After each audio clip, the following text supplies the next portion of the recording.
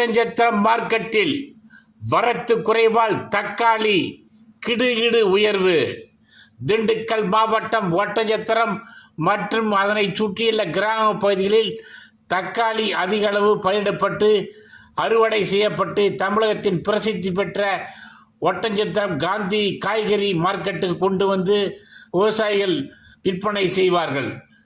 இங்கிருந்து கேரளா மற்றும் தமிழகத்தின் பல்வேறு மாவட்டங்களுக்கும் விற்பனைக்காக வியாபாரிகள் லாரிகள் மூலம் அனுப்பி வைப்பனர்.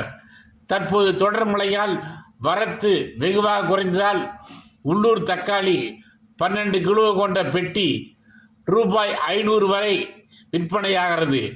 1 கிலோ தக்காளி சராசரியாக ரூபாய் 40 வரை விற்பனையாகிறது.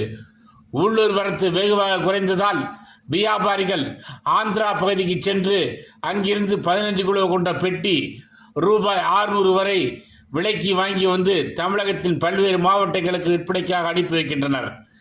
இதே நிலை நீடித்தால் தக்காளிக்கு தட்டுப்பாடு ஏற்பட்டு பல மடங்கு விலை உயர வாய்ப்பு என்பதால் இல்லத்தரசில் கவலையடைந்து வருகின்றனர்.